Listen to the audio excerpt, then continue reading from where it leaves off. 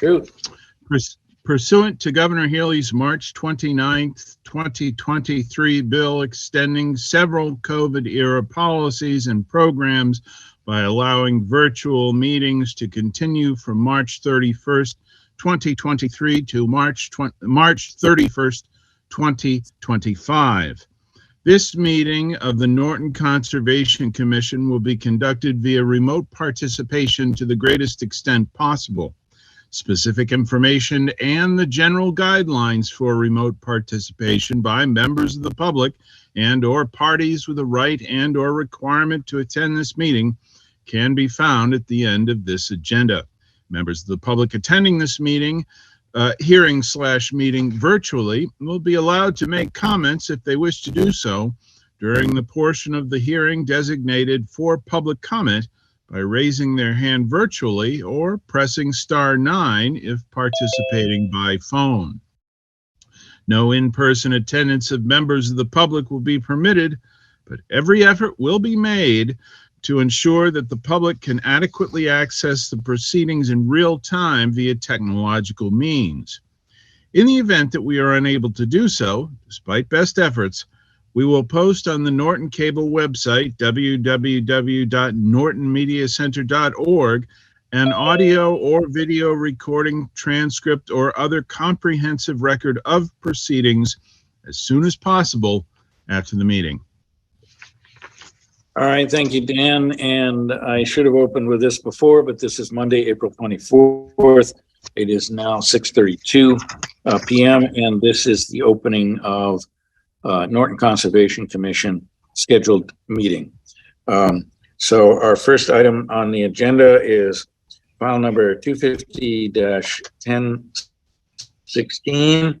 It is a request for an extension for Wheaton College concerning Peacock Pond wall repairs. Do we have a representative of the applicant? So I told them that I would share this project with the commission.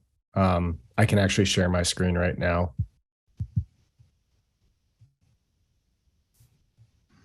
Yeah, this is pretty straightforward.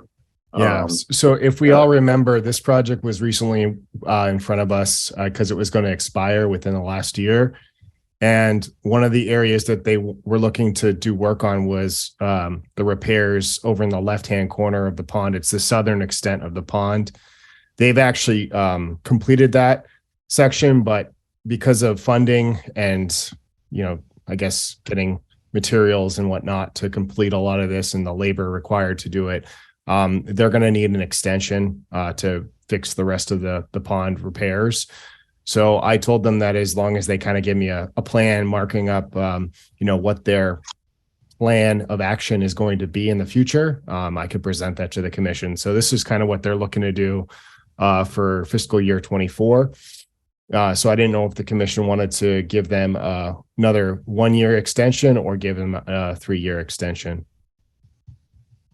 Well, just a point of clarification. On the plan, the right-hand side is nearest to 123. Did I get that correct? That's correct, yes. On this side, yes. All right. All right. And, Wheaton has acted in good faith always. So I have no problem with a 3-year extension. I'm sure they will complete the project and probably come back for a certificate before that. That's what they said as well. They're hopeful that they can get this done within the next 2 years if possible. So any questions or comments from the commission? I agree or second Julian's comment on Wheaton. It always acts in good faith, and I don't see why we can't give it a 3-year extension. All right, and just any questions or comments from anyone in the meeting, audience, etc. And if not, this is kind of non-controversial, and we can consider a motion to offer a 3-year extension. So moved. Okay, that was pretty simultaneous. So we're going to award the motion to Dan, a second to Ron, and roll call vote as usual, starting with Dan and Ron. Aye. Aye. and Mark, and I'll throw in an aye. Aye. All right, motion carries. The 3-year extension is granted for file number 250-1016. Our next item is file number 250-973. It's a request for an amended order of conditions relating to a request to add an additional herbicide, namely Procella COR, to the Winnicott Pond Aquatic Management Program. So do we have a representative of that applicant? So you're not listed as being on mute, but I didn't hear you, so try again. Yeah, so it's Stephanie Martin. Yeah, something is not working with your audio. Okay. Oh, I heard it. I heard it subtly. So maybe if you can turn up your volume. Do a testing 1, 2, 3. See if we can get you. Okay. Testing 1, 2, 3. All right, loud and clear. There you go. Excellent. Thank you so much. May I share my screen, please? You have capabilities. You can share your screen, sure. Thank you.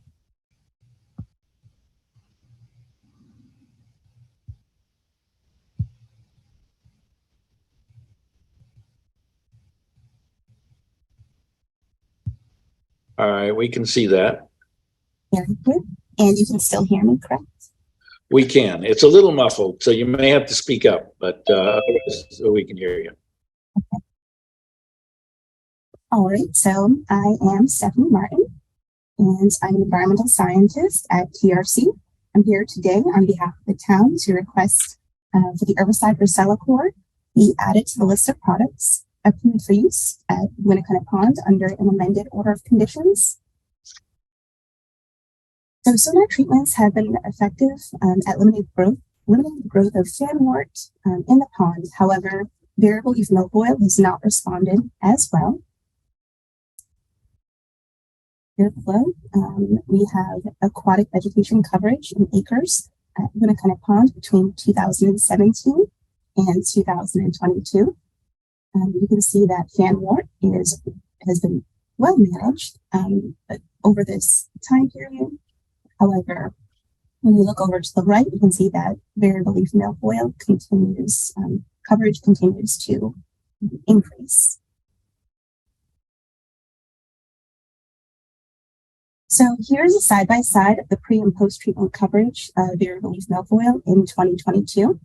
So during the pre-treatment survey, dense beds were observed around the perimeter of the pond, with some areas of patchy coverage.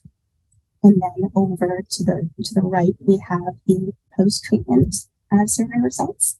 And during this time, you can see that the variable leaf mill coverage, although reduced, we still have these areas of dense coverage just all along this area here.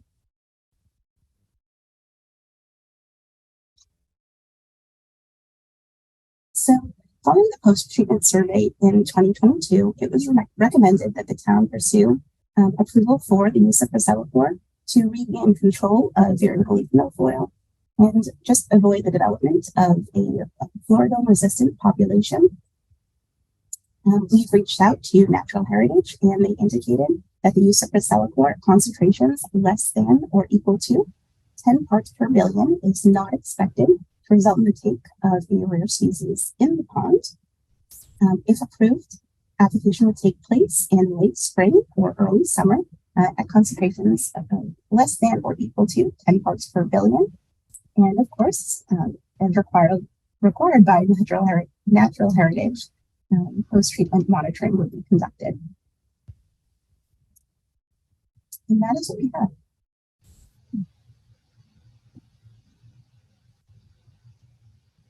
All right.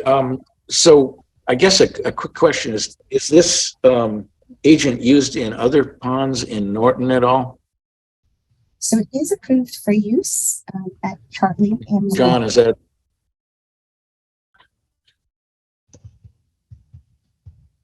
Okay. All right. So, I mean, it appears that this is an amendment driven by need for a change in process. So any questions from members of the commission? And any questions from members of the audience and or from anyone? So John, are you online? Yes. Yes, sorry So about that. John, do you have any objection to this? Yeah, no problem. Do So I have any objections to the I mean, use of this this? seems to be, No, I do not. yeah, I mean, this I don't. seems to, we're using it in another pond, so it doesn't seem to be, yeah, it doesn't seem to be terribly controversial. So, so I mean, the procedure is that we need to do a vote saying we approve of the addition of this agent for use in Lake Winnicott Pond. That's correct. Is The that- order is that, conditions does the have only that if the requested action?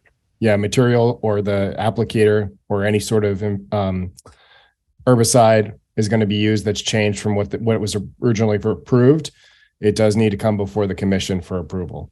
So that is a condition. But the approval can be just simple motion. Yes, that's correct.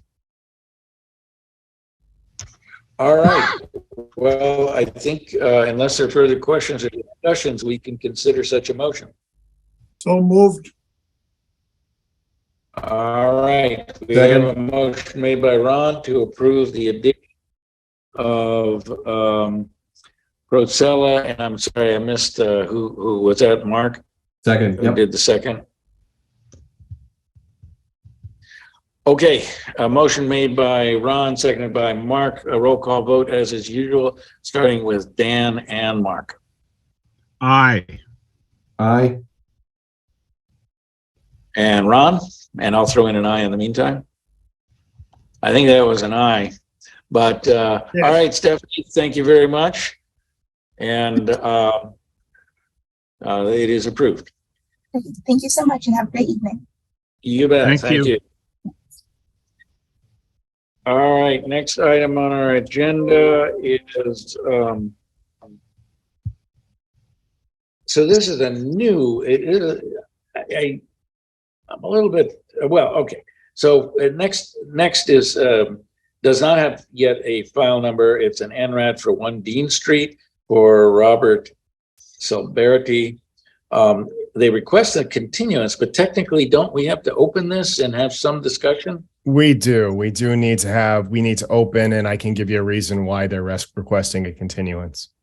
Okay. So if you want to open it up, then we can talk about it. All right. Do we have a representative of the applicant? They're not going to be on this evening. All right. Well, let's then maybe you can tell us what this is related to. So it's an ANRAD. Yes. So the applicant submitted a set of plans. I've taken a walk out there to take a look at the property.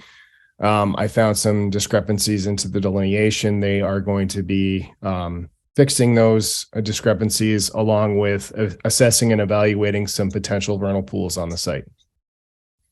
So that's why they're requesting a continuance. So that way it gives them the time and necessary kind of resources to do the vernal pool study on the site. All right. Sounds good. So we can now entertain a motion for the continuation of this hearing until June 26th. So moved. So we got, Second.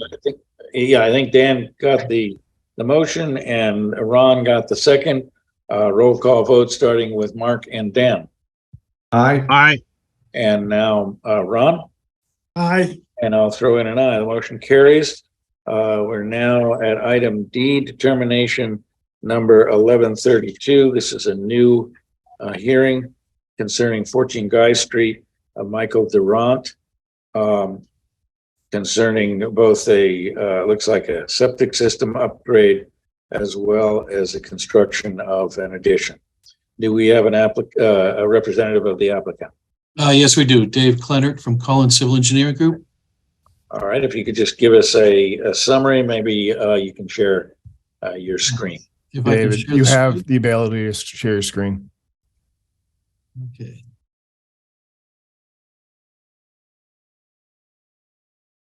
If you can let me know when you see the project.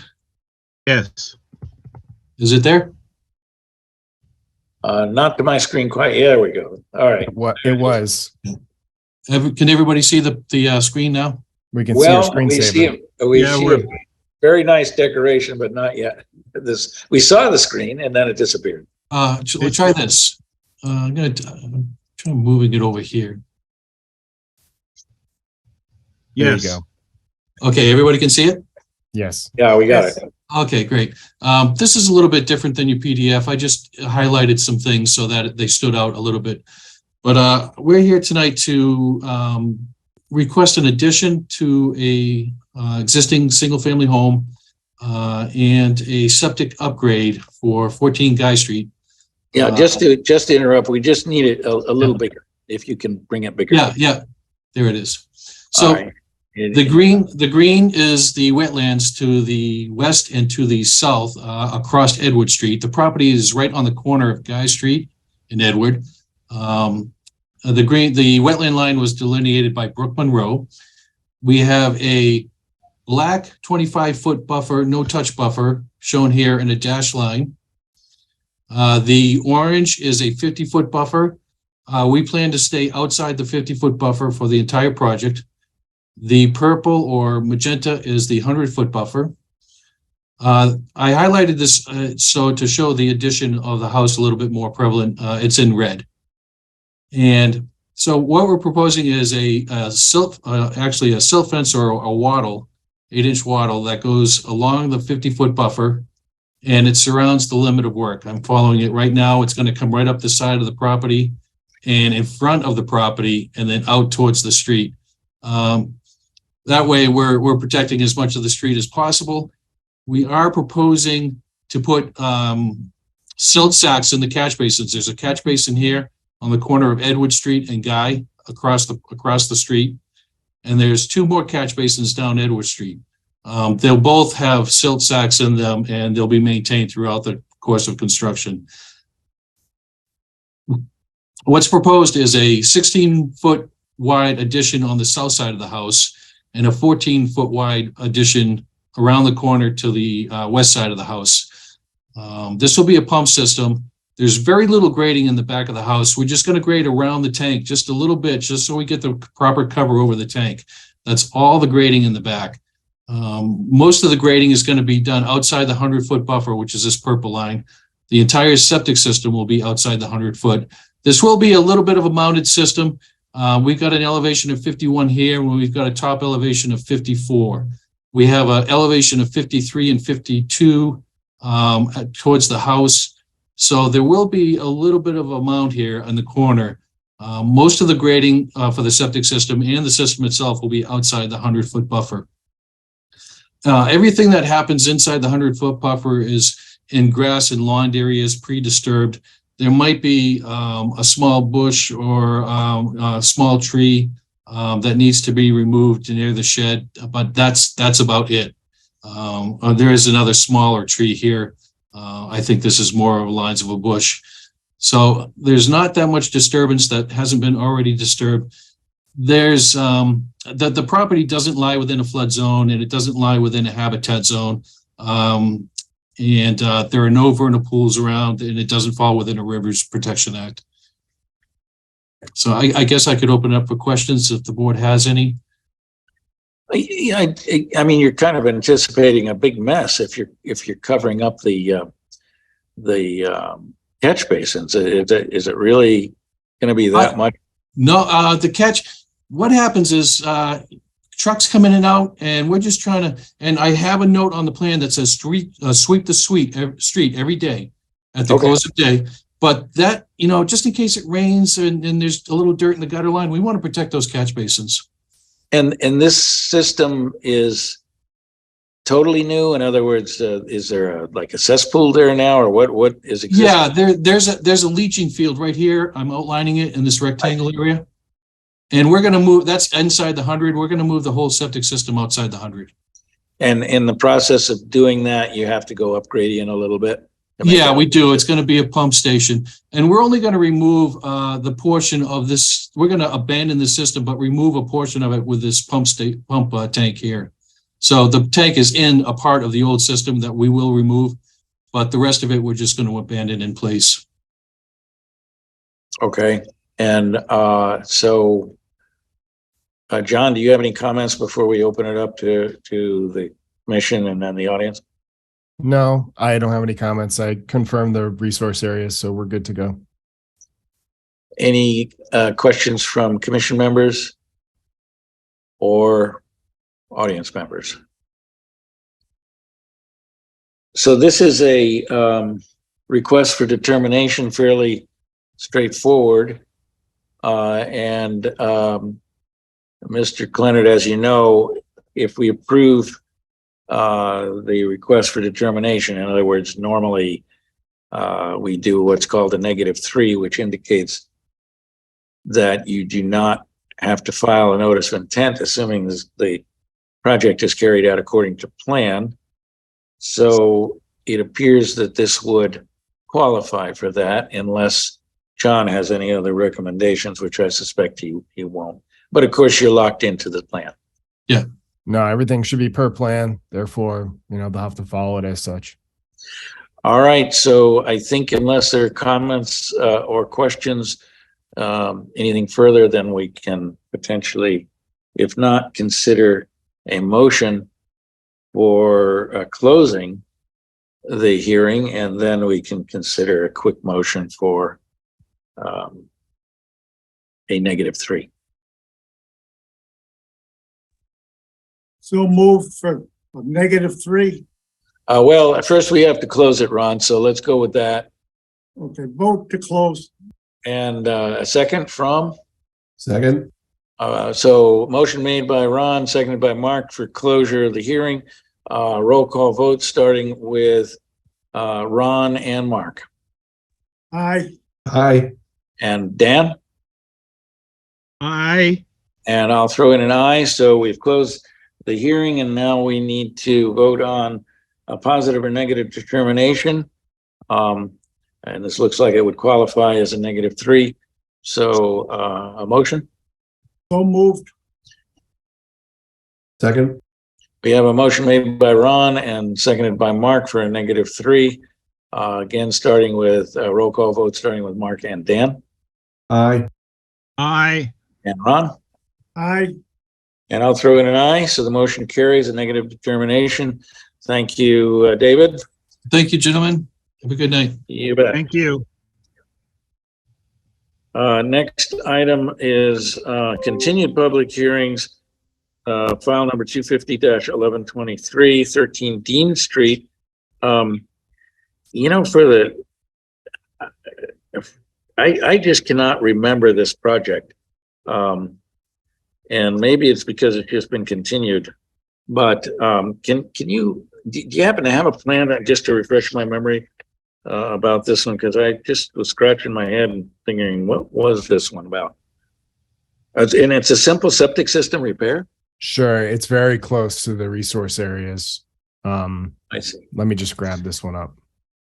So I'm kind of puzzled. What is, if it's just a repair, So the reason why is because there's a stream nearby and it was observed flowing.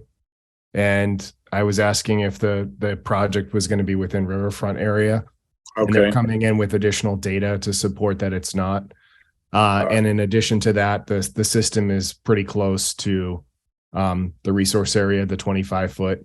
So let me just pull this up on screen. Additionally, they have to meet some other Board of Health requirements. So they may have to put this closer to the resource area. I'll just share it up 1 second. okay. But it's been taking them some time, I guess, with vacation with I guess the engineers' children. It kind of has taken a back seat. But here's the project here. Can we all see that? Yeah, Yes. So actually the wetland actually comes out a little bit further than what they've shown here. I bumped out flag 2 and flag 3. to about here. So they're going to be revising this design, and the system may be pushed back closer to where the parking lot is or the driveway is right now. So did we actually open this and discuss it, or is it- We opened it, but they didn't show anything. They just requested Oh, a continuance. Okay. Yeah. So that's why I may not be able to recall it. All right. Mhm. So it just needs then a motion for, they're requesting until May 8th, a motion for continuation. So moved. Who wants to second that? Second. second, I think Mark got the second. So motion by Dan and seconded by Mark for a continuation of file number 250-1123 until May 8th. So again, a roll call vote starting with Mark and Dan Aye. Aye. and Ron. aye, And I'll throw in an aye. So the motion carries. This hearing will again resume on May 8th. So next is file number 250-1113, 0 East Hodges Street, Jack Quattrucci. And it's continuing discussion of proposal to construct a single-family house, barn, pool, and stormwater management. And Mitch, would you be the representative of the applicant? That is correct. All right. You're all Uh, set you for screen sharing, Mitch, if you want to share your screen. Yep, perfect. Awesome. Okay, so last time I was here, I just briefly went over this revised plan.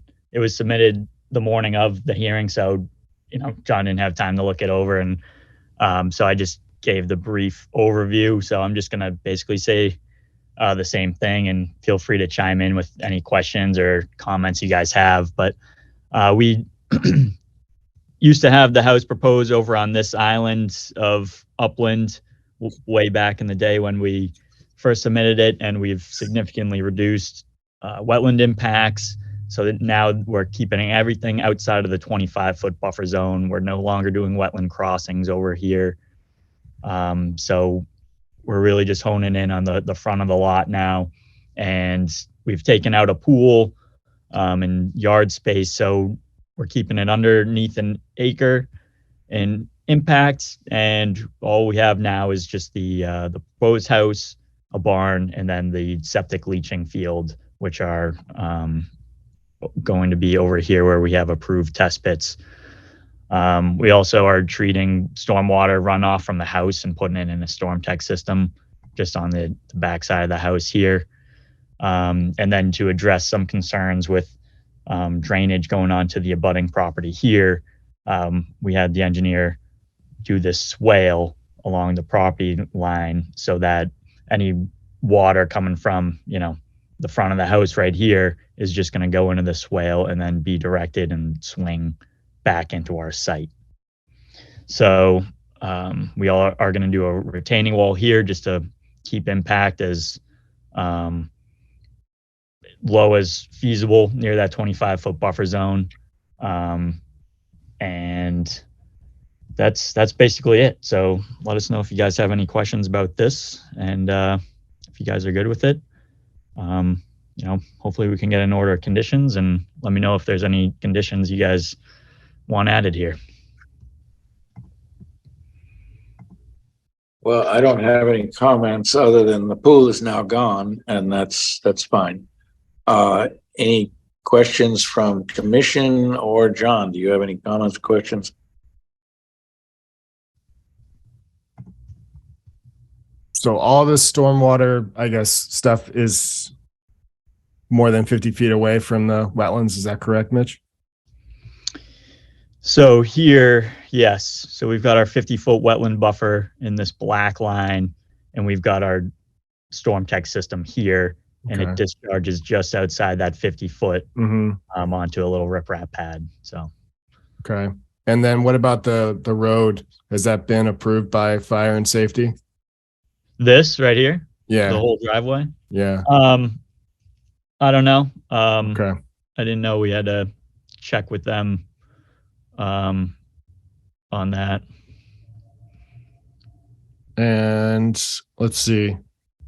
The septic system is more than, it's more than 100, is it? Is it 100? I can't remember what it is, the setback. Is it 50 or 100? 50. We've got it outside of our 50 foot here. So we've got our 50-foot buffer right here. Okay. And we're keeping primaries and reserves outside. Now, of have that. you guys done testing on that area recently? Yep. So we've got our test pits shown 1, 2, 3, and 4 in this area. And that's all recent stuff? Yes, that was in the past 2 years. Okay. I mean, typically I know the Board of Health wants data like that's updated. So they're going to want new, probably tests done, to my knowledge. Obviously I'm not the Board of Health, nor is this board the Board of Health, but you know, I guess the design as a whole, you know, I guess would need to get all that approval through any sort of order of conditions for this to be constructed. So I'm just trying to walk through all the potential roadblocks you may enter through from other boards. And then what about off drainage from the road that's coming in? How are you dealing with that? Are you pitching everything back to the right Into side our here? site. We're Okay. pitching it into our site. Yep. Okay.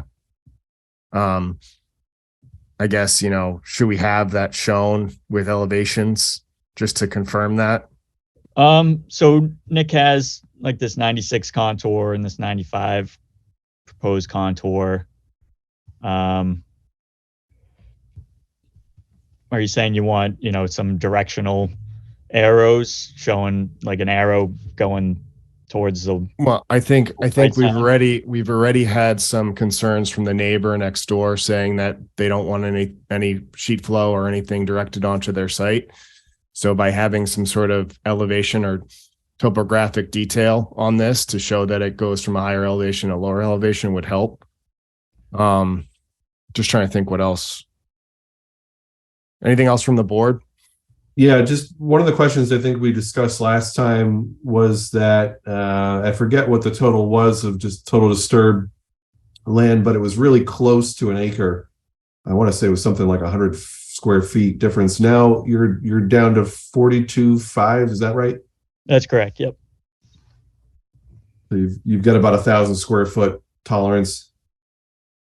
Yep. Yeah. We have more room to work with than our previous plan.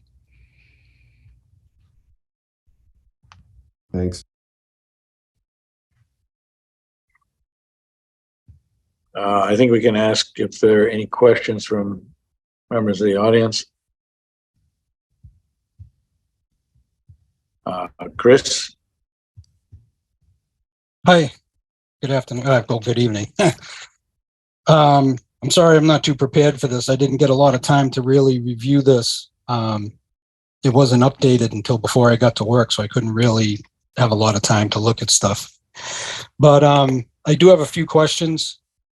Now, they were going to move. This is the third, I think, swing at the bat on this thing. The house was going to be last time where the septic is. The septic was going to be where the house is. They went to do the septic testing and the hole swamped. So they had to move everything back because of the water problem. Again, I don't do this for a living, but when they dug that hole, everything that came out of it appeared to be hydric soils. I know this board has been requesting soil testing from the first meeting. I don't know if it's ever been done. I've never heard it. I've never seen anything from it. But I'm kind of curious at what level, at the elevation the foundation is going to be at. Are they putting the foundation in the ground? Are they putting it on top of the ground? I mean, what's going on with the level of where this house is? That's my first question. So it should be going 1 foot down. Our foundation should be 1 foot into the ground. So you're going So one, I'm sorry. let me just clarify. So there's no basement. This is basically a slab, or I mean, a foundation 1 foot down doesn't meet the frost resistance. So I assume the foundation goes 4 feet in the ground. Is that Or is it on a slab? Is it floating on a slab? So what we're gonna do is, this is what Nick told me, the engineer. He said, we gotta cut a foot down into existing grade, pour the foundation in, and then it's gonna be filled around. So right now we're at elevation 90 at this area, and you can see it's gonna be raised up to 95 is where the eventual, you'll walk out onto elevation 95. All right, so just to clarify, this is outside the jurisdiction of the Wetland Protection Act. This is more the building inspector. So, but Right. Yeah, the building inspector will need to get approval, but for instance, all the work that's occurring was within the conservation's jurisdiction. It's just, can this project meet all the other parameters and regulatory factors with other boards? I think that is, something we want to make sure that this rendition of this plan also meets those items. So that way, for instance, we don't get certain amendments that come. I mean, we can, it's not that big of an issue, but it's for the benefit of the applicant as they're coming through to be prepared for, the next steps with the other boards as they go through the process. yeah, it sounds like if you're going to go 1 foot in the ground at 90, and then you're going to add fill and build up that site 4 feet, you will have the frost protection necessary for a foundation. And just to also clarify with regard to the leaching field area, this is also a raised system to get it above, I'm assuming, the where the groundwater was found. Is that correct, Mitch? Yes, Nick took their test pit data and raised up that leaching field area, so we have the proper amount of separation between the groundwater and the bottom of the leaching field. All right, so Chris, does that help with that question? Well, no, I mean, again, with the hydric soils and stuff, basically my issue is this area does not absorb water. It flows water across the surface. And what happens is it goes behind my house and again continues on the Norton side into the stream, goes under the road through a culvert. There's been talk about changing the culvert, but again, changing the culvert isn't going to do anything. This whole 950 acre watershed area drains to a dammed pond. So there is no real way to move water because it will back up eventually. And it always has. That's why it puts the road underwater, because the amount of water that goes through this area doesn't get absorbed into the ground because it's just such a poor area to absorb water. It's generally always wet. Could you zoom out of this a little bit, please? Yeah, there you go. Now, on the left lower corner of the house, you show the stream and it stops right where the wetlands are. But actually it has defined banks all the way almost to where the corner of the house is. It comes out of the water comes out of the ground in that area. I can see it from my property. And I don't know if it's a spring. I don't know how it literally, water literally comes out of the ground. There is a basin there, a depression in the ground, and then there are defined banks from that corner all the way. I mean, on this plan, I don't know why the stream doesn't continue, but you can go out there and you guys bang stakes in there for where you were going to put your septic. And within a couple of feet of where that stake is, it looks like is where the basin is, where the spring is, where everything is. Now the water comes right out of that corner and follows down that stream, and the stream continues. I mean, I know there's a little part that says flow, but you can go out there and observe it, and that it's been there. It's always been there. It's flowed from there. I'm not sure why it didn't continue on this, but it's there. I mean, how you're changing the house, you're changing the elevation where that water comes out of the ground. Where's that going to go now? I'm really confused on how that didn't continue and how stream banks, delineated stream banks aren't wetlands.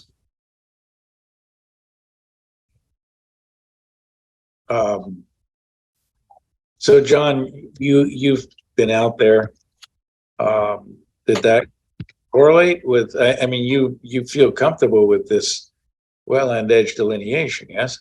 I mean, this was confirmed prior to my employment here in town. Therefore, I have to acknowledge that there's a active ANRAD for this, and there was an issued order of resource area delineation for this property. I don't think I'm at liberty to comment further on that because it's been recorded and the commission has made a decision. Therefore, I presume at the time the commission made the right call with the determination of the resource areas. Can wetlands change in 3 years? Can there be certain distinctions that kind of occur from certain activities or certain events that have happened? Yes, that's true. Could there have been some errors or omittance? There could have been. I can't say otherwise, but as far as I know, there was an issued ORAD for this project, and that's kind of how the applicant has gone through their design for this project. Okay. All right, but I mean, if an error was made unintentionally, is there any way to correct it? Because again, I mean, it's there, it's been observed, it's been seen. I mean, I don't know if you can just put blinders on. And I mean, if it wasn't for COVID, everything would be redone right now. They got to buy from COVID and in an extension that shouldn't even happen. If it wasn't for COVID, this would all be redelineated right now. Okay. And it's just, I don't know. I just find a lot of issues with what's gone on with this whole thing. I mean, this is the third plan in front of the board. Chess pieces are being moved around the board. Nobody's winning. Nobody's losing. We're just moving pieces. No, Chris, in all fairness, an applicant has responded to concerns raised. So this is kind of normal procedure, although you're exactly right.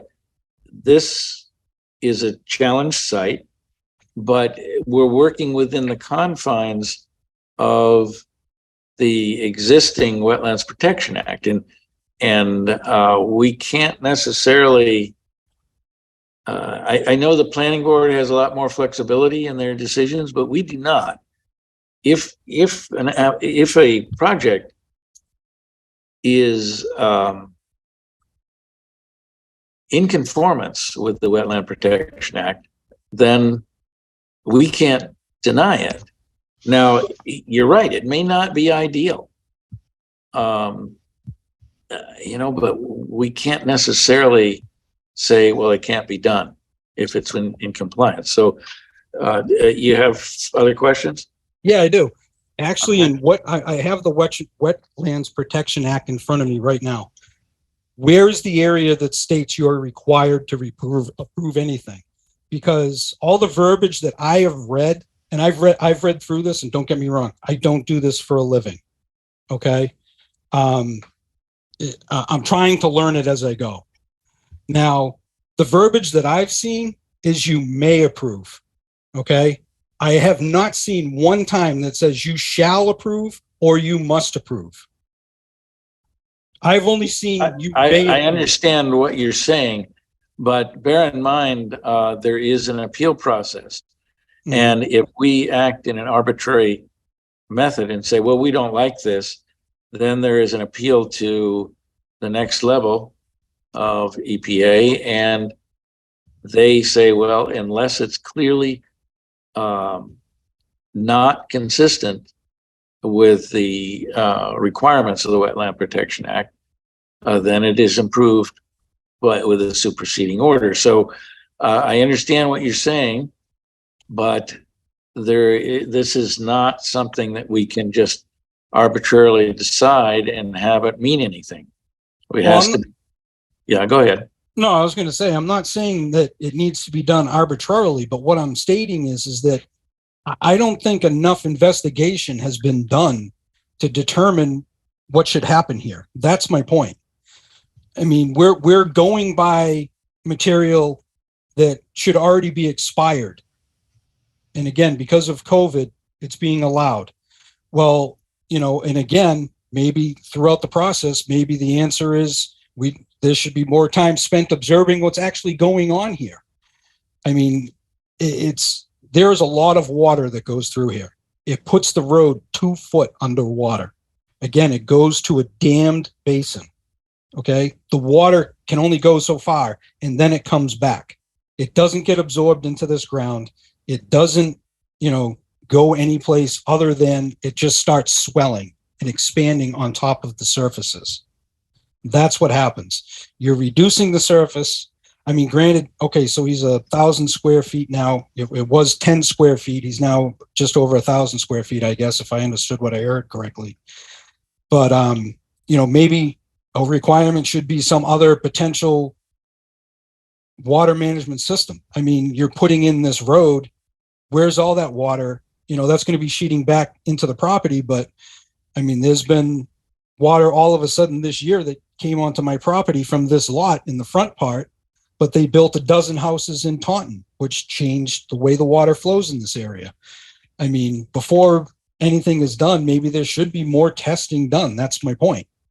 It's just, I mean, again, we're looking at information that could be inaccurate. Maybe we should try to dial it in better than it is. So I'll just add this in light of your comments there, Chris, is that when they do come in front of the town for the septic system, they're going to have to make sure that they have updated information. I think that's one of the requirements through the Board of Health is to have soil information. So they'll have to potentially gain or do more exploratory testing at that location. I don't know when that's going to occur or when it's going to be. Obviously, we'd like to know what that data is, but at this time and point, I don't think they've done the investigation. In addition, Mitch, question for you. Was that area that Chris has indicated, which comes off of that stream, which heads towards the house, was that investigated by your team and looked at thoroughly? I would just have to reiterate that before I came onto this project, that ORAD had already been in place. Okay. So yeah, that's all I have to add. So I guess my question to you then is, from your professional, workings and opinion, a resource area or bank or stream that lies upgradient of another resource area, is it jurisdictional? John, I would just have to agree with the original determination from the Conservation Commission that they and whatever wetland scientists were working on it, they made the correct decision that these are the approved wetland boundaries throughout the entire site here. Yep, and I'd make a fair assessment as that as well. Obviously, like I have indicated, wetlands can change over time. Unfortunately, due to the nature of the acceptance of this, and it's still valid. So it's just the status of the delineation as it is currently. I haven't seen the area. I'm more than happy to go out and take a look at it further to see if it is a natural spring, whether it may be an old abandoned well or something like that. But I would like to see some of that additional information that I asked for with the elevations for the road, just to make sure that Mr. Polk's property is not affected by this project. Well, I think these elevations do show that we're pitching the water towards the wetland here. We've got this 95 contour going down here.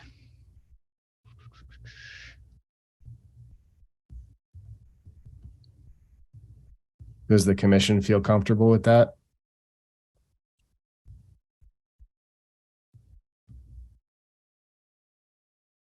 So where the house is going to be, you're putting in a swale. You're changing the elevation by 5 feet. Have you done, how many gallons per minute is going to go into this swale in a storm? I mean, how deep is the swale? How much water is it going to take? Well, it looks like it's a 1 foot swale and 1 foot deep swale. And I don't know how much it can handle, but Nick sized it so that whatever drainage is coming from this house area, it's going to go into the swale and go down and then curve down here. What's the depth of groundwater in this location? Trying to see if Nick put it on the plan.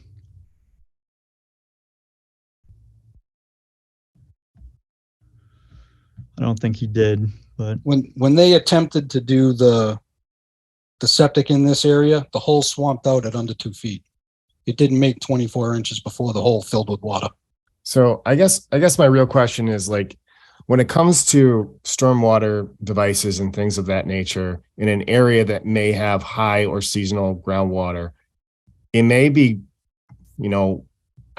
better advised to look at other options when it comes to mitigating stormwater runoff potential on site, whether it be a rain garden, whether it be something surficial, because in this instance, I mean, you're just basically, it's just going back into the groundwater here, and there's really nothing that's really absorbing a lot of this potential. So, I'm just throwing it out there as an option, as another nature-based solution to kind of implement here, to really try to, make it a little bit more useful. Because I don't know. I mean, it's up to the commission at the end of the day, but I just think that a nature-based solution for this project would be recommended.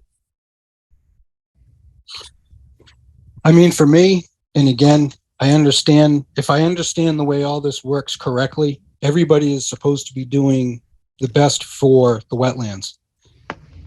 And from what I'm hearing, nobody has actually gone here and observed anything that's working on this. Am I incorrect at that statement?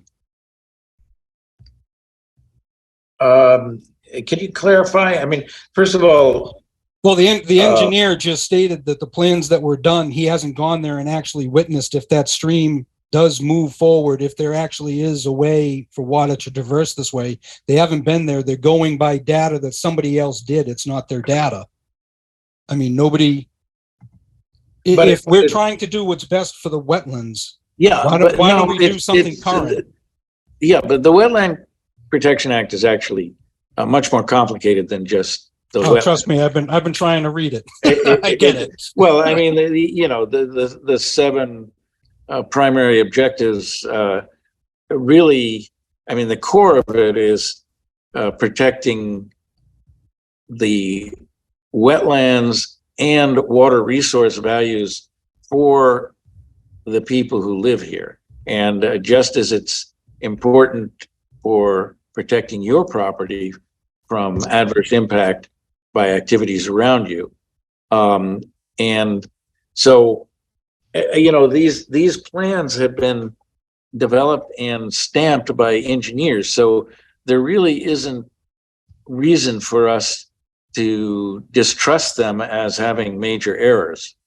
But I stated that there's stream banks that you can see from my property. A blind guy with no fingers can see delineated stream banks from my property. But you see, there are... So if somebody accidentally, unintentionally left something out, I mean, I just can't understand why everybody's all of a sudden, well, it is what it is. It's not, though. Errors happen. There are stream banks illustrated on the plan. Not to where the house is. Well, they say that they stop right there, but they don't. And if they're at the same depth all the way along, they don't change. It doesn't get deeper or shallower in an area. It's the same.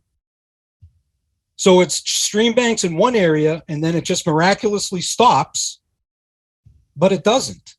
And you can see, if you go there, it's been there. It's not something new. It's not something that just appeared overnight. It's been there. That's my point. It's not on this plan. I get that. Okay. Well, It doesn't mean that so this plan is accurate. You're saying that that stream bank actually begins much closer to your property line than it's illustrated. Is that correct? What I'm stating is yes, it's a lot closer to my property line. It's almost to the corner of where that house is. Well, I guess, Mitch, is that something that can be clarified? I mean, that's kind of a big dispute. Yeah, at this point, I think we should just stick with what was approved in the ORAD, and because this is what we've been using to design the site, and this is what the Conservation Commission and Well, I understand, but maybe just establishing that point where it says flow, and it points to the beginning of a stream bank, maybe just, having an agreement between the applicant and Mr. Polk that, in fact, that spot is correctly illustrated. It would be helpful. yeah, I think we should just. So basically, I'm confident in the decision that has already been made. I think that this is Well, where the stream begins, right here. okay, and yeah. maybe it would be helpful to Mr. Polk to see where that spot is relative to his property line. I would And- love to meet him there and go over this. And if I'm wrong, hey, I'll be the first one to admit it. Like I said, I'm learning all this as I go. But the stake in the ground that was put where the septic is, and I believe this house is where the septic was going to be from the last plan. I haven't been able to review it because this just came up. And again, the answer that I'm hearing isn't that stream isn't there. The answer that I'm hearing is I want to keep my eyes closed and not go look at it. Well, I don't think that's quite right. I mean, this has been illustrated according to a surveyed plan. So Just to confirm, Mitch, that these resource areas were taken exactly from the order of resource area delineation plan that was approved. Is that correct? That's correct. And then nothing has been modified or changed through CAD or manipulated through CAD based on these resource areas?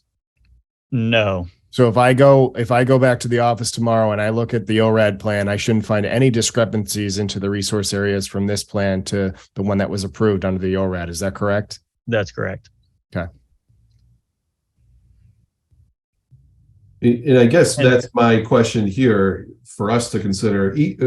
Assuming the wetland line is actually 50 feet north of where this plan says, well, what recourse do we have? I mean, this is an approved ORAD, despite when it was approved, despite the concerns about the accuracy, it doesn't seem we have any recourse to debate the lines of the wetlands. Is that fair? We do not have any recourse. Well, right now, we don't have any solid indication that the illustration is inaccurate. Correct. And my point is simply that even if we did have some indication, there's really nothing we could do with it at this point. The only time we would ever have that is if they needed to renew their ORAD, and then that's when we could basically bring it up for discussion. Yeah, and I don't know what an appeal process saying that there was an error, if there is an error, this is beyond what we've ever had to deal with. If there's a problem, and there's no indication there is a problem, so there's always the involvement of the EPA on this. So I guess my question to the board is, it's unclear at this time what the high or, seasonal groundwater table is like for this site. Obviously, we've seen pictures of it dry, and we've seen pictures of it inundated at times. I guess the question is, does the commission feel confident that the storm tech system that they're proposing is going to be sufficient for year-round stormwater improvements for the site, or is it going to flood out from any sort of issues? So just before you guys answer that, if I could just clarify one thing. So the bottom of the chambers for that storm tech are going to be at an elevation of 91.5, which is basically at grade. So we have this elevation here at 91, that faint gray line here. And then our next contour line is here. So this is basically going to sit on top of existing grade, and they're going to add these add a couple feet of fill on top of those storm tech systems. So we shouldn't have to worry about the groundwater, because our chambers, the bottom of the chambers, are going to be basically sitting on the existing ground right now. So you've got about three feet of separation. Is that correct, Mitch? That it would be around there, yeah. Okay. How much water does that hold? The storm tech system. Mm-hmm. Trying to see if Nick put anything on here. I do not know how much that will hold. I don't know what storm that will be able to. It'll be enough to service the house roof area that they have on there. And how much rain in an amount of time? We've been getting storms where we get 3-4 inches. I mean, we had one this year. Didn't we get like 10 inches of rain in one night? Right. I mean, and that's the kind of instance where everywhere is going to get flooded out. I mean, there's really no. Well, my property didn't get flooded out when that happened in the back, but if you change this elevation by 5 feet, it's gonna pour water to my house, because you're only putting a 12-inch swale in that's not going to keep that water off my property. Oh, I was talking about the Coltech system. I wasn't even talking about the swale. Oh, no. But I mean, well, what I'm saying is water like that will inundate that system. Once that system is inundated, it's then going to be on the ground, and then it's going to go to the swale. It's a snowball effect. It just keeps it keeps going. You know what I mean? Yeah, but Mr. Pope, the water would go in the direction of the wetlands. It wouldn't go toward your property at that point. Well, if it's sheeting off the house and the gutters are full, it's going to sheet off the front of the house, which is going to go down that front pot that's now 5 feet higher than it was. The gutters are all directed to that Coltech system. Yeah. Right, but if the system is inundated with water and it can't go in there, where's the water going to go? It's going to sheet off the roof, right? Well, Mr. Polk, as I started in the beginning of this conversation, we don't have an arbitrary statement to make. We don't like it, therefore you can't do it. I'm not saying anything about it is within the confines.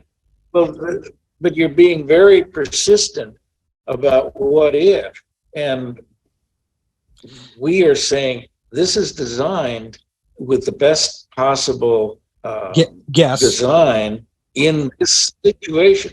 You know, we're not dealing with the question of should people be building a house in this spot.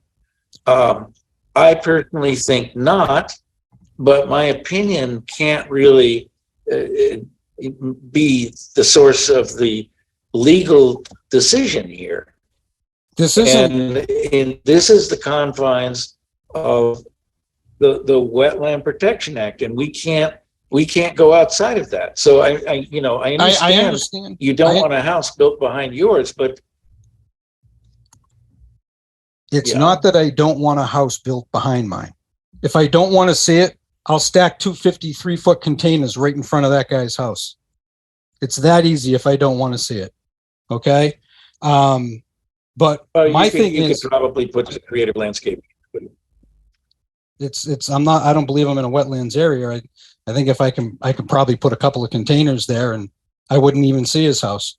But anyways, that being said, what I am talking about is the amount of water. Okay. It has nothing to do with the house being behind me. It's about me not being impacted and people not understanding the amount of water. To me, it's very frustrating that I'm telling you there's something there, but nobody is going to do anything about it because at some point in time that nobody on this call is involved with was approved. It doesn't mean that it's there. It doesn't mean that it's not there.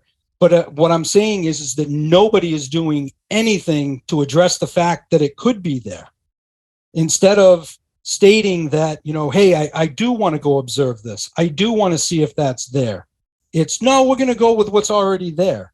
It's not, you know, I understand that you're saying that there can't, you know, you can't do anything if you don't want to. I can't believe there is no appeal in any way, shape, or form that if somebody made an honest mistake, it can't be corrected. I am not saying an intentional mistake was made. I'm just stating that it doesn't appear correct. I would be more than happy. I would be thrilled to go walk this property with anybody from the board, with anybody from the civil engineer company that's doing these plans. I mean, my thing is, I do not want to be impacted. I am trying to be a good neighbor and not impact them, and I would like the same respect in return. That's what this is coming down to. I want to make sure, I don't think people understand the amount of water that's here and the way it runs, because these plans aren't accurate. Mitch, do you want to respond to that? So under the Wetlands Protection Act, single-family house projects are not required to do stormwater mitigation. However, according to DEP standards. And then in the town of Norton, you have to reach a certain square footage threshold to need to be required to put stormwater management in. And we've actually taken your concerns into consideration, Chris, and we've pitched our driveway into our site.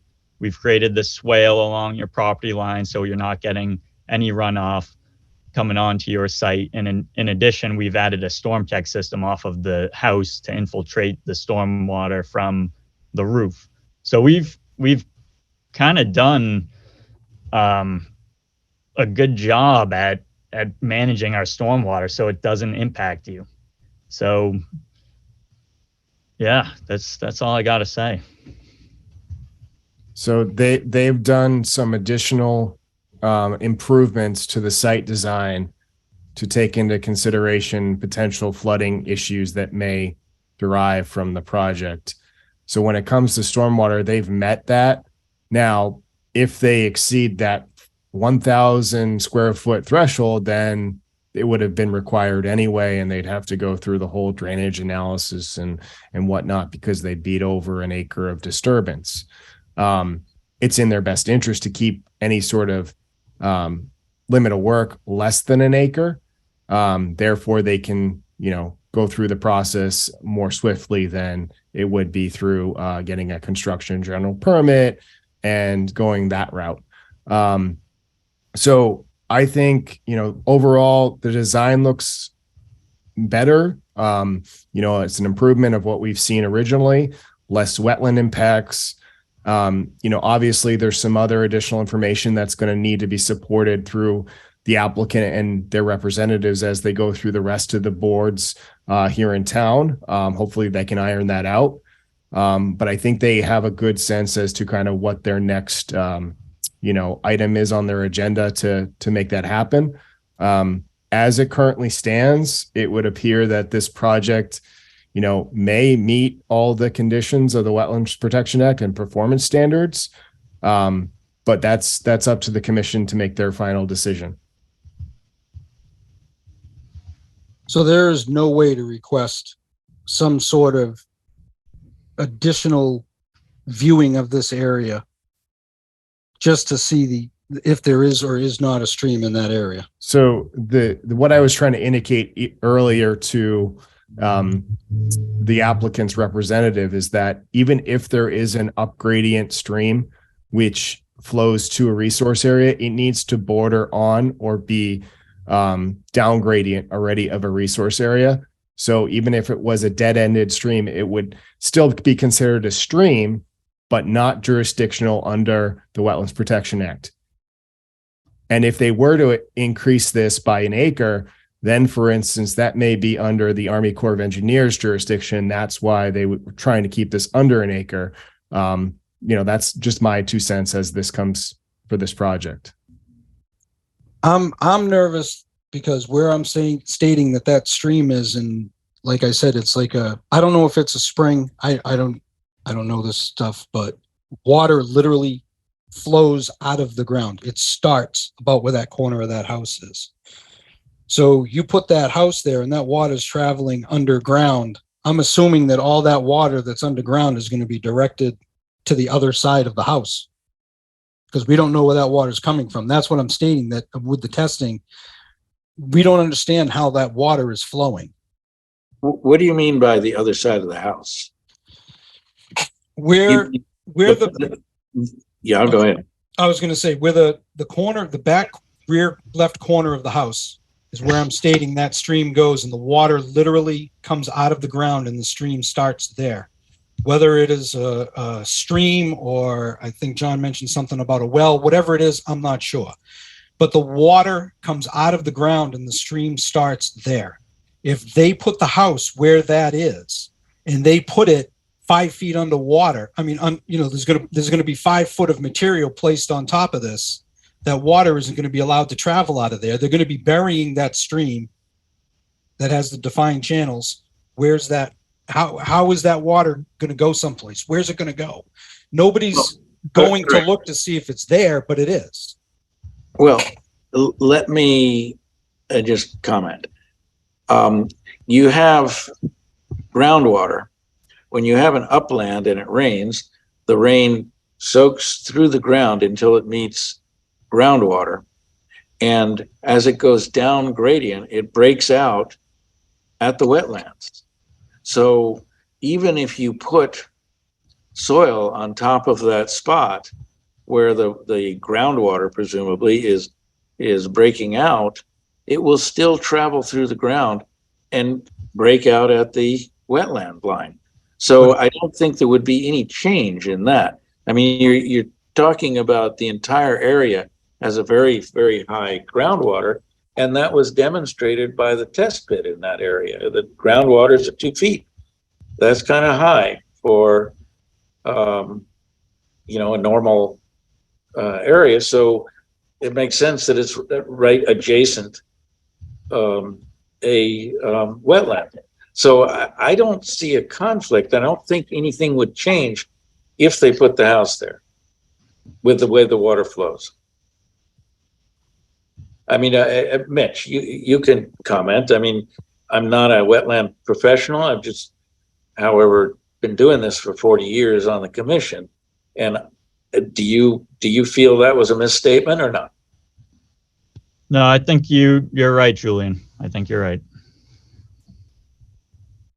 But nobody knows how that water is traveling, and you're covering you're. Well, no, wait. The water travels according to gradients. Mm-hmm. It's so, it's going, I believe, off the property toward Taunton. Is that correct? It's heading towards Norton. It's going, if you're looking at the screen, it's going from the right to the left. Okay. So it's basically going away from your property and. No, it's coming from this lot traveling behind my lot. But like I said, where that stream is, like you're stating that wherever it breaks out is wherever it breaks out, where it breaks out where the corner of that house is, but the stream doesn't, the plans don't show that. Well, there's a flow indicator on the plan. Mm-hmm. So it appears to be going from right to left. Correct. That's what I'm stating. It goes right to left. Okay. But so when you say we don't know which way the groundwater is going, well, it's going in a similar direction as the surface water. Right. But when you put in all this stuff, that water is definitely going to stay to the back side of that driveway and everything else. It's going to stay on his side because he's they're going to be covering up areas the way this travels, is what I'm stating. It comes out of a stream that is being covered. Where it breaks out is not on this plan. It's further back than what it states. You can see where it starts. You can see where the basin is. You can see where the stream delineation is. You can see the defined banks, and it starts where the corner of the house is. You're putting that area 5 feet under gravel.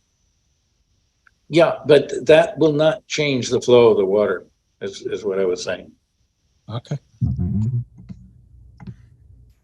I'll agree to disagree. What's the next step? That I don't know. I don't think that any of this is right. I think that all this data is out of date. Well, as I mentioned before, there is an appeal process. I think the commission will evaluate this with the help of our director. And if we feel that it is consistent with the requirements laid out by the Wetland Protection Act, we will likely approve it. But you as an abutter have standing to request another review by, I'm not sure if I'm saying this correctly. DEP. It is DEP. Okay, because I said EPA before, but back of my mind, I was thinking it's probably DEP. DEP would be able to do a separate review, and you can raise the question of whether there's an error in the delineation of the wetlands, which they will examine. So just to reiterate that, Mitch, this rendition has gone to DEP, has it not? For The this resubmittal? specific site plan, has it been Yes. sent to DEP yet? It has not been sent to DEP yet. Oh, so I would refrain from closing on this if they have not seen this rendition yet. They saw the original rendition, is what you're saying. They saw the original one, but they haven't seen this one. This is the most updated version. And usually they may have comments. Well, they don't put new comments in every time plans are submitted. They just, No, they don't. This is correct, yes. But you have not sent it over to DEP yet. right. But it's up to the commission right now to make all these requests for plan changes. And then we've provided you with all the plan Okay. changes, and now you guys are the issuing authority. So you guys will either vote to approve or deny. And whatever decision you make, you guys send them whatever plan you approved. And then that's when they make their final review during the appeal period. And if they see something that is going to raise some flags, then they'll appeal this. But what I'm getting at is that if Mr. Polk decides to appeal, they don't have the data that was the most recent rendition of the plan to support any sort of appeal. That's my point that I'm getting across. Well, you send the order of conditions, either an approval or denial order conditions, to DEP Right. with the approved plans. So that's when they receive the approved plan to make their decision and review to determine if they're going to appeal or not. Okay. So do I have a right to, you're stating that I do or do not have a right to appeal? Well, the commission has not made a decision yet, so there's no need to entertain any sort of appeal process at this point. Okay. Well, but in all fairness, Mr. Polk has concerns about the accuracy. So you are a directed butter. So after an order is issued, assuming that occurs, then yes, you would have a right to appeal. And how much time do I have to appeal? You have 10 days after the issuance of the order of conditions to file an appeal. So just to confirm, I usually only just send the order of conditions. I don't send the plan. Usually I let the applicants do that. But if you want me to send the plan, I can do that too. It's just I'm typically do not send the plans in the approval process. Yeah, well, this is somewhat different because the plans have changed a fair amount. And it's understood, so you don't have to put in more hours. It's understood from beginning to end that this entire area is to be shifted towards back to your own property from this road, because that road gradient is going up, what, 3 feet? How high up is that road gradient, the driveway gradient? Sorry, what was the question, Chris? How much higher is this driveway from elevation? Let's see. So we have a 95 contour here. So this is probably the 94, and that's tying in right here. So this is getting raised up a foot right here. And this is getting raised up a couple of feet at this 96. And then 94 is changing to we're really keeping it at a very similar grade. It's just enough, we're grading it enough to just make sure it's pitched towards our, back into our site. And that's the entire, so basically the side closest to my side of the property is going to be the highest point, and it's not going to be like a road where the crown and it sheets both sides off the crown. It's going to be sheeting entirely from right to left. Well, depending on how you look at it, from my property to your property. Yeah, so when you look out from your property, you'll see water flowing. When it hits the driveway, it'll flow off the driveway and into our site. So, Chris, how old is your site? How old, when was your house built? My house was built in 1953. I've been living here since 2004. So do you think it's possible that site was filled in 53? Honestly, I don't know if it was or it wasn't. It doesn't appear to be, because the grade seems pretty level all the way across. But you were saying you don't get the kind of water that this site has. No, because my lot was higher. I mean, the way it works is the best land gets used up first. Oh yes, I understand. The worst land gets used up last. So they built the house on the upland first. So all right. I'm assuming that my property was already the upland. So it sounds like there's really not much risk of water being shed onto your property then. On this side, coming from the road, coming down to that pitch point, that's the only part of the property that's higher than mine. And it's weird about where that circle is that shows where my well, the 100-foot circle, right in that area, closest to the road, is where the two lots are level. When you go down to the road, I think mine is a little bit lower in that front corner than that side, but it pitches right to the street. And then as you go back on the back side, my lot's a little bit lower. It's probably maybe a foot lower, guessing. I mean, I'm just doing it by eye. But that will sheet to my property because I am lower on that side. But the way that everything travels now, it's already got its defined channels because it's been running that way for a while. That's why I was stating where it comes out of the ground. If that stream is where I say it is, I don't know how that water's been traveling from basically the road. It could be going right where this driveway is. And if it's just to the left of where that driveway is, it could push the water right to me. Because we don't know how it's traveling just underneath the surface. That was what I was trying to state.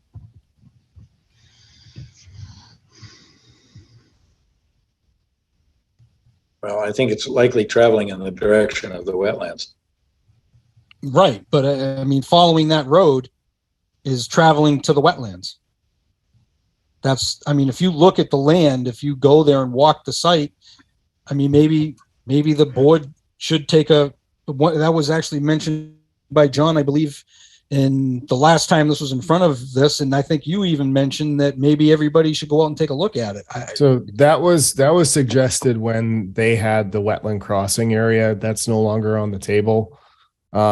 So this does not include any sort of impacts to the resource area. There's no need to have a wildlife habitat evaluation. There's no need to have a wetland mitigation as part of this. Natural heritage, I think they responded, did they not, Mitch, in saying that this is not going to have any take, this proposed project. So, I think, all in all, I think this is the least impactful rendition of the design as I've seen it so far in accordance with the Wetlands Protection Act. Are there a couple things that may need some clarification through other boards moving forward? Yes, there are, but that's not something that, the commission really needs to take into consideration at this point. Obviously, groundwater is an issue, but that will all be handled from the building inspector and also with the Board of Health agent as well. All right. Just out of curiosity, if this gets approved, is that etched in stone forever? As in, is there a time limit to it? yes. So for instance, if a order of conditions was issued, they have a 3-year window to complete the project and get a certificate of compliance. So just out of curiosity, they wait to do this for 2 years and the wetlands delineation expires. What happens? So if their permit as such would trigger the need for a major change, they'd probably have to end up refiling at some point. But if it is a minor change, they can make an amendment to that and keep their deadline as to whatever, a year, and then potentially get an extension if they needed it. So basically, if it wasn't for COVID, we wouldn't even be here right now. For which? For the delineation? For the delineations. Because we'd be able to go out and verify what I'm stating. That's every project that has been before the commission as of late. Every project that's been had an active ANRAD or permit. So it's all in that kind of timeline bracket. That should be expiring soon. Okay. All right. So, other questions from the audience or the commission members? Oh, actually, one more. The plowing. Where's the snow going to go again for plowing?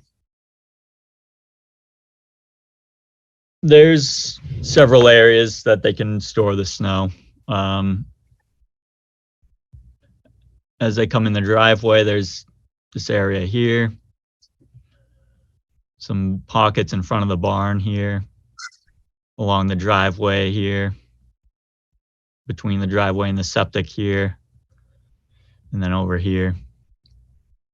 Yeah, in any sort of issued order, we ask that those areas be well defined, and we make sure that they stay outside any sensitive resource areas with any of the snow plowing. So it is a condition that we do put on our orders. Yeah, I mean, well, one of them is it's basically going to go right to the swale into that area. It's what it looks like. So, all right. So that has to be, you said, updated onto this plan or no? Well, we could close and they can change those minor. It's not going to really change the project as such. It could be a minor adjustment to the plan. Okay. All right. So, you raised the question of whether all the information has been submitted sufficient to close. And you're saying we can potentially close, John? As of right now, I believe I have all the green cards and I've checked those. Correct, Mitch? Double check me on that. Yep. So, and we do have a DEP number. Is that correct? That is correct. So therefore, it would appear that logistically we have all options to close this meeting. And it would be recommended, obviously, to have those snow storage areas detailed on a plan. But, I think Mitch has identified those areas so we know those locations and we can put those into an order if needed. All right. Any further questions or discussion? If not, I think we can consider a motion to close this public hearing.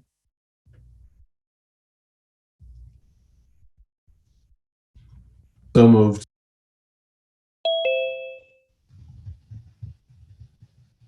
We have a motion made by Mark, seconded by.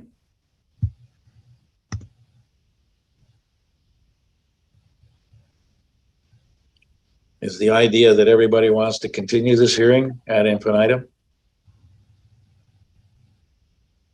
I don't think anybody wants to. All right, well then second the motion and we'll. All right, I'll second the motion. Sure. All right, we have a motion. I have a quick Sorry. question. Sorry, Yeah. Chris. They're already discussing, so Yep. you're gonna have to, can you wait a second? I was just going to ask if there's, maybe you should have more members of the board present before the vote is done. We only need 4 members to have a quorum. I understand you only need 4, but just an option, maybe more should be present. We can't delay a project if we already have a quorum because members are not here. Okay. All right, roll call vote, beginning with Mark and Dan. Aye. And Ron?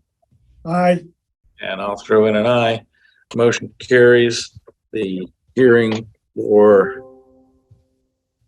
file number 250-1113 is closed. So I would anticipate we will have an order of condition for consideration next meeting. All right, our next item is notice of intent file number 250-1124, 301 South Worcester Street. There is a request for continuation, and this project involves construction of 5 single-family dwellings. This one I do remember without any problem. So we can just proceed with a motion for continuation. Is that right, John? That's what they've requested, yes. So So moved. So moved. Oh boy, we had a group effort there. So I'm going to say it sounded like Ron got it by a millisecond for the motion, and Dan got it by a couple milliseconds later for a second for continuation of the hearing for file number 250-1124 until May 8th. So a roll call vote again, starting with Mark and Dan Aye. Aye. and Ron. aye, And I'll throw in an aye, so the motion carries. Next item is, so this is coming up as a new project. We don't have a file number yet, and yet it's in continued hearings. Yeah, it was continued from last meeting. You opened it up, but I think Yes, this is the project in which our jurisdiction is only only over the access for utilities, I So believe. they've got so that was actually an error in the copy and paste from my assistant. It's actually the proposed work is the construction of 2 duplex structures, installation of a septic system, and the construction of a common driveway, and the construction of stormwater structures. So that was omitted from the previous one. So I missed that. I apologize, but that's what they're proposing. Right, but the duplex structures I thought were outside the 100-foot. So Maybe we can see a plan and yeah, just, so let me just actually give clarify that. Mr. Lavoy the co-hosting ability so he can share his screen. Want me to try? Sure. Can everyone see that? not quite yet. Coming but up it's now. coming. Could we just have, an identification of Mr. Lavoy just for the minutes? Yes. Good evening. My name's Peter Lavoy. I work with D&L Design Group. We are located in Milford, Mass. I am here tonight representing Lobisa and Ferreira Construction. They are also located in Hopedale, Massachusetts. So I am ready to present if you would like. Yeah, and it kind of looks like you.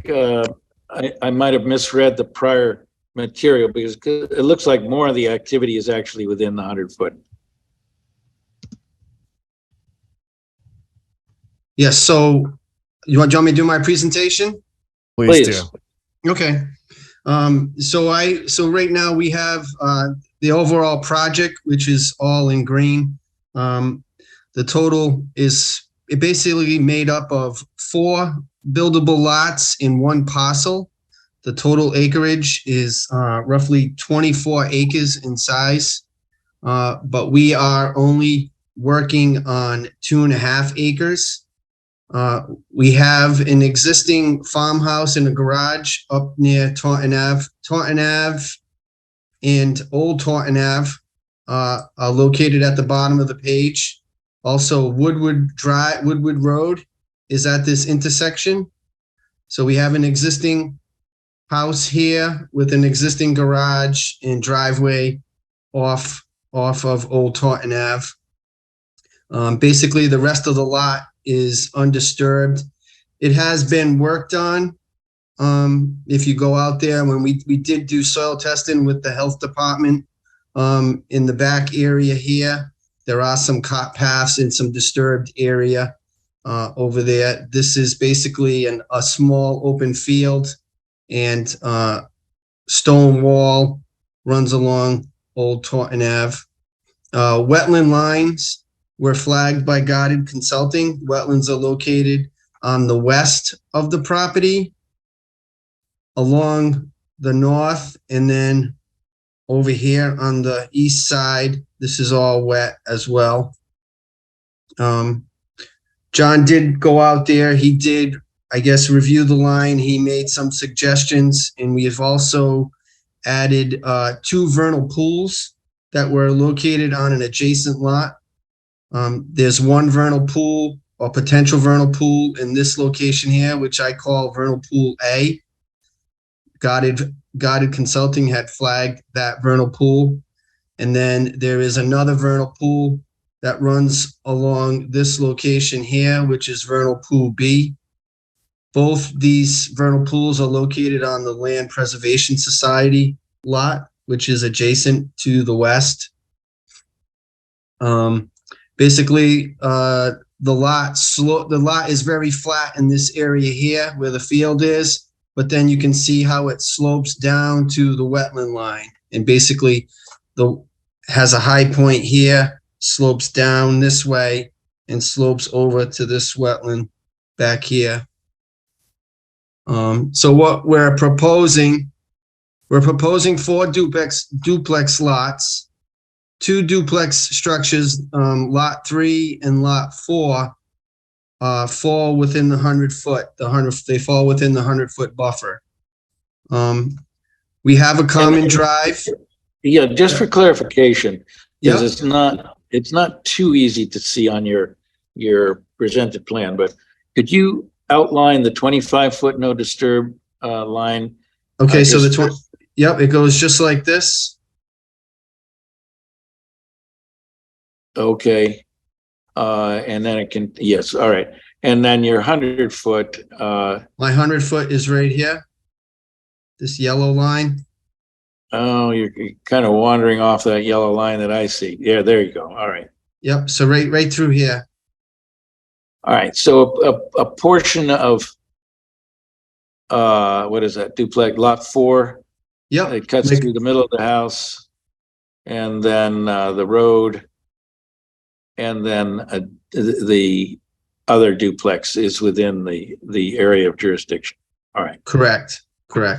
Yes. All right, go ahead. Sorry. Okay, no problem. So we're proposing a common drive in this location here. It's basically it's 20 feet wide of pavement. So basically there is a high point right here. This small portion flows to the street, and there is an existing catch basin in this location right here. The rest of the driveway flows down and the driveway is super elevated. So the driveway flows into the hill. So, and there will be a bituminous berm that runs along the side of the driveway in this location on the west side. So the driveway slopes into the hill where there will be a swale. And then at this location here, there's a drop inlet with a sump. So all that water that flows into that swale will go into this drop inlet and go into this forebay area here, and then into the infiltration portion of the basin. This location here at the intersection is a low point. So we have added a catch basin with a 4-foot sump. So that will collect a small portion of this driveway. This driveway flows down this way from here. There's a high point here, flows down, and then whatever doesn't get into the swale and goes into this catch basin will fall into that catch basin. This driveway here is sloped into or sloped north. So it's a super elevated driveway that slopes into this grass swale in this location here. And then that also goes into the forebay and then into the infiltration section of the basin. So then this basin has a little outlet control structure that will mitigate storm events, and it will discharge into a settling pond, which will basically be used so we don't do a shallow concentrated discharge point to kind of minimize erosion control. Basically, this little settling pond will fill up and it'll have a level spreader on the spillway. So it's basically constructed with a granite curbing along the spillway, so the water will rise and flow over that curbing in sheet flow instead of a concentrated flow. All these lots are on septic. You can see the septic's here, here, here, and then the septic is over here. All the septics are outside of the 100-foot buffer. We are bringing in an 8-inch water line loop, which will come in here, wrap around, and come out. And then all the structures will be serviced off this 8-inch water loop. The reason why we did the common drive was because Old Taunton Ave is a scenic road. So we took the abutters' concerns and we preserved the stone wall and all the vegetation on Old Taunton Ave. That was a big concern when we went for our special permit. So we wanted to take the abutters' concerns, which they didn't want all these driveways coming off of Old Taunton Ave. So we kind of removed all the driveways and kind of did a common drive, which minimized the impervious area that was added to this parcel. Each duplex unit will also have recharge, taking the roof runoff and infiltrating it into the ground. The soil out here on this parcel is an A soil, very sandy material. When we did the deep test holes for the septic, we couldn't keep water in the holes. It's an A soil, so it was very good. Trying to think. Also part of the special permit. So like I said before, we have 24 acres in size. The 4 lots basically equal 8.5 acres. Out of the 8.5, we are only disturbing 2.5 acres of the 8.5.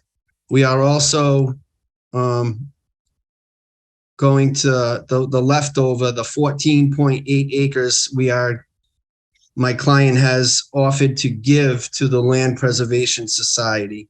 So this remaining portion of land, which was 14.8 acres, will be given to the Land Preservation Society. That was part of the special permit that we had got from the planning board. I think that's it for now. It was a lot. So any questions? Well, I'll answer. Is that considered a detention or retention basin? That is an infiltration basin. So it will infiltrate. It will And- infiltrate and- because of, correct, yes, the soils in the area are very sandy. And like I said, the infiltration rate, it's very high because of the type of soil. I mean, the Board of Health agent witnessed all our testing just recently. I want to say we did it in January. So and I don't know if you did this calculation or not, but what kind of storm will cause this to overflow into the spillway? The infiltration basin can handle, it was designed to hold a 100-year storm event. So I did a pre and post. Okay, 100-year storm then. Correct, yes. Yeah, I did a pre and post for the 2, the 10, and the 100 with that infiltration, and we did not increase any runoff towards the wetlands. We basically designed, I did a drainage design following stormwater management. We do remove over 90% TSS with the help of the sumps, the grass swales, the forebay, and the infiltration. And then we do meet the infiltration rate. So we get infiltration at the individual duplexes as well as in the infiltration portion of that basin. All right. So, Peter, questions from members of the commission? Question. So I guess the question is, did you get the special permit approved? Yes. Okay. They didn't ask for stormwater? They did not, because I felt that I guess they Okay. think that the stormwater was going to go through conservation. Okay. So I guess, obviously this is going to have to go through peer review then. Correct. Probably going to want to have that peer reviewed. So I think I may have sent you over a proposal, but, may have got lost in the email. So I'll send that over to you again and see if you're comfortable with that peer reviewer. I guess, can you zoom in on this plan so that way I can see kind of just some preliminary stuff so that way we can just go over it? Yeah. Oops, sorry. It's all right. So if you just go to I guess the first duplex that's right off of Old Taunton. Yeah, that one right there. Number 3? Yeah. So, okay. So we've got, it looks like Scott has been out there to reflag the area, which looks good. I have no issues with the reflagging areas. And it looks like he mapped the vernal pool, potential vernal pool A. Correct. Yep. Is there any plans to do an evaluation of these vernal pools, or is that something that you guys are thinking of doing? Because, one of the standards for the stormwater handbook is standard 6, and it says that you can't have any stormwater devices or management systems within 100 feet of a vernal pool. Mhm. So that's something to take into consideration when you look at this, and that's any. So that would probably potentially, and also I guess the one that you have, you have the large system that eventually drains to the west to another system. That's within 50 feet, is it not, of the wetlands? Yeah, but that's just the discharge point. That's just so I could just discharge a pipe. Okay. But then I felt that putting that little settling pond, which I'm not going to get any infiltration, that will be lined. Okay. The peer reviewer may comment on that. I would just be able to justify that because, I just didn't want a shallow concentrated flow Right. there. That's Okay. And then obviously they may comment on other things too with standard Yep. 6. So just That's be no prepared. problem. Yep. But besides that, I mean, I think, from what I see in the delineation and whatnot, everything seems to be in order. Obviously, I'm not a civil engineer, so I can't comment on, all the drainage calculations and things of that nature. But Mhm. from an environmental standpoint, it seems to be in order that you're trying to get these 4 proposed duplexes, these lots in. with the least amount of impacts to the resource area taking into consideration. So, I appreciate the efforts and you being receptive to my comments.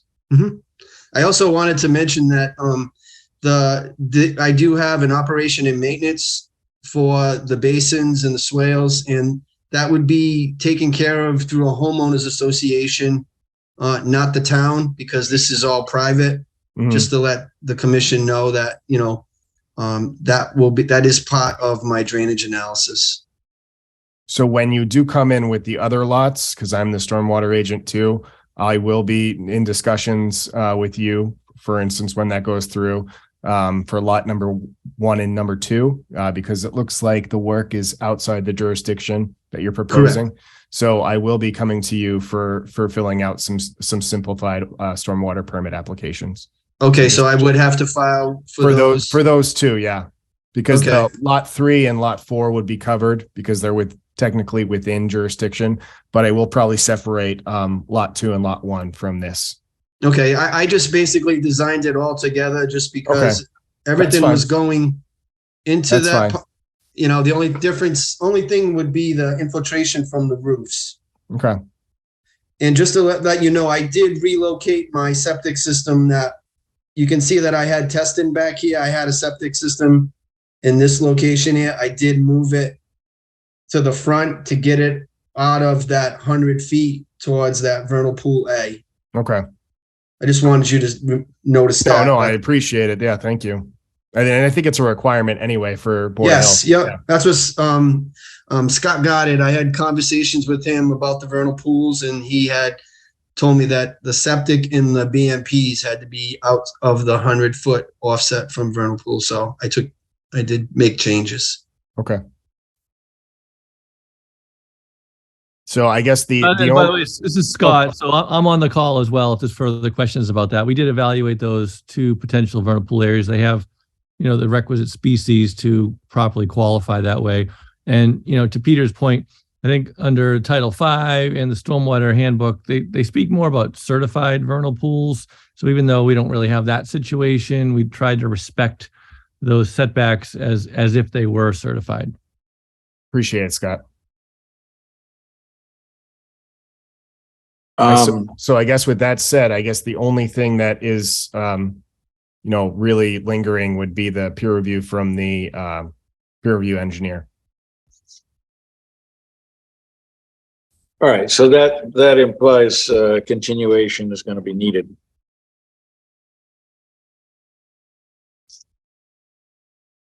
Would that be a problem, Mr. Lavoie?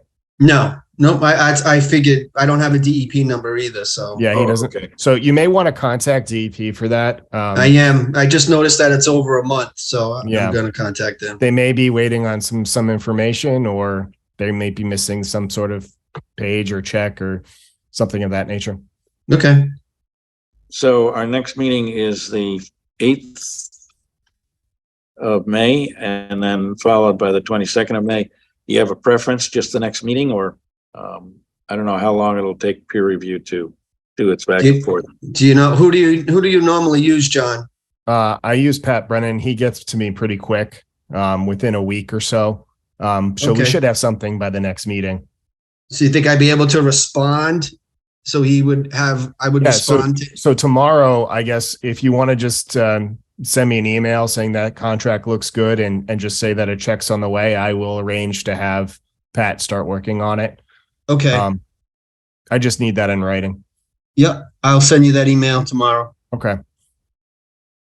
All right. So unless there are further questions or discussion, I think we can consider a motion for a continuation of this hearing until May 8th.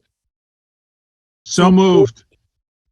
second, All right. We have a motion made by Dan, seconded by Ron, for continuation of this hearing until May 8th. So roll call vote starting with Dan and Mark. Aye. And Ron. aye. And I'll throw in an aye. So thank you, guys. We'll see you on the 8th, or if you have to have a continuation, we'll do that. Thank you very much. Thank you. All right. Our next item, we do not have any partial or full certificates of compliance. We do have an order of conditions for 237 Mansfield Avenue. That is the site used for launching kayaks. A fairly straightforward but rather lengthy draft. If anyone wants to make a recommendation to cut down on the conditions, I can run through them and see what I can take out. But that's kind of been the boilerplate conditions that I've been in front of me since I started. So if there's any recommendations, feel free to let me know. It's almost bigger than the area of jurisdiction on that particular site. Almost. I don't have any comments on the order conditions, but just question for you, John. Were we able to find a happy medium with the person renting the property and where he can store his stuff? I was able to find a happy medium with the individual, David Lennon. So we were able to kind of talk about it. Once the operations are underway, we'll try to facilitate his needs and make sure that he can have a place for his enterprise to kind of be established. Awesome. Thanks. Mm-hmm. Yeah, I didn't realize that he has such a wide-ranging program involving, kind of outreach programs. I think he runs a good operation. I was shocked to hear that he was there for 18 plus years. Yeah, I wasn't aware of his durability on that particular project, but again, I don't remember all 40 years that I've served on this commission. So whatever. So unless there are comments or revisions, I think we can consider a motion to accept the draft as submitted. So moved. Motion by Ron and a second by Dan to accept the draft order of conditions for file number 250-1125 for 237 Mansfield Avenue. So beginning with Mark, how do you vote? Aye. And Dan and Ron, how do you vote? Aye. Aye. And I'll throw in an aye, so the motion carries. The order of conditions is approved as submitted. And then we have somewhere here. So somehow I didn't see the minutes go by. Did I? They did not. That is my fault. Well, I don't think you have to worry about it. I just still working on them. Yeah, I didn't want to. I wasn't sure whether I overlooked that or if it's just still coming through. No. It's all right. They are not yet in, and I apologize for that. That's not Both something will you have to be in apologize by- for. We're going to need a motion to table the minutes. I'll make that motion. Second. All right, motion made by Dan, seconded by Mark, to table the minutes. Roll call vote starting with Mark and Dan Aye. Aye. and Ron. Aye. And I'll throw in an aye. We've tabled the minutes and looks like we have a report from staff. We had a very successful Earth Day event at Edith Reed on Friday. We had, because it was school vacation week, we had a bunch of young ones come by and check on the lodge. We had some other folks just stop by. Nice day. We had a nice scavenger hunt for the kids and adults to kind of get a look at all the trails that Edith Reed has to offer. And I also was able to attend the YMCA's Earth Day on Saturday. So that was good. The Land Preservation Society was there and a lot of folks from the Y showed up. So it was a nice event. The kids seemed to enjoy it. I think Norton Fire had a fire truck there, touch a truck. It was nice. All right. Well, from my perspective, every day is Earth Day. What do you feel, Ron? Do you think been on this earth for a while, and I kind of celebrate every day. The only people that don't are those in the International Space Station, but they had reason to celebrate Earth Day when it happened. All right, so if there's no further business, we can call it a day. Well, I won't put in that. I don't know if you saw my email, which arrived rather late. I'm not going to put that into the comments, but it would, and I realize this is an exceptional time with Megan being out, but in general, if we could have the agenda and minutes sent as Word Perfect documents, that would be super. I'll make sure to send him as Word documents. I made him as PDF, so I apologize. I almost as I sent them, I remember that Dan likes them in Word. I forgot about that, so he can print. Now, wait a them. second. Word Perfect is not the same as Word, right? I thought. Well, yeah. I thought no. Word Perfect became extinct a long time ago. It's just Word.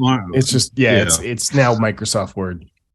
I should add, I'm not trying to advocate for a monopoly. It's just that it's nice to be able to copy and paste from one document to another. The alternative is, and I certainly wouldn't complain about this alternative as I see it, is that the town pays for us all to get Adobe. So we can edit in Adobe. Well, Totally Dan, comfortable. just so you know, I do have Adobe Pro. Yeah, but Well, I would hope you have it, John, because you're, there in the office. But all right. Well, Well, technically, anyway, all the members are supposed to have town email, so I don't see why you couldn't have Adobe Pro. I'm going to object. I'm okay with Word, but I do not want to delve into an Adobe product and learn a whole bunch of new little buttons and all that. So, I mean, I can do it, but there's no need for me to do it.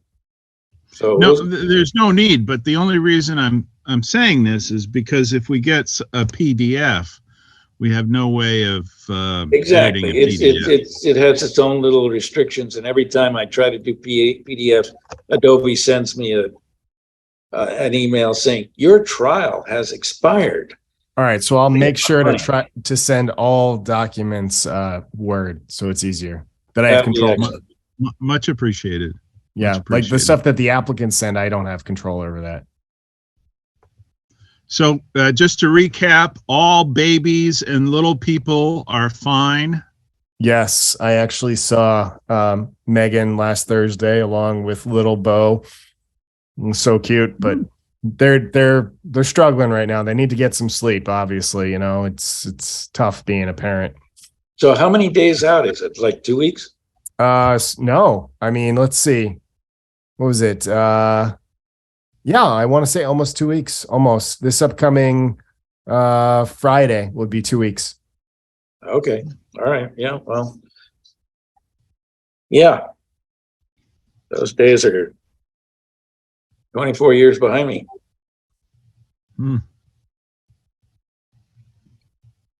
All right. So if there's nothing else, we can sign off. Sounds good. Next meeting is the 8th, so May 8th. All right. See you all then. Excellent. All right. Bye-bye now. Good night, everyone. Good night.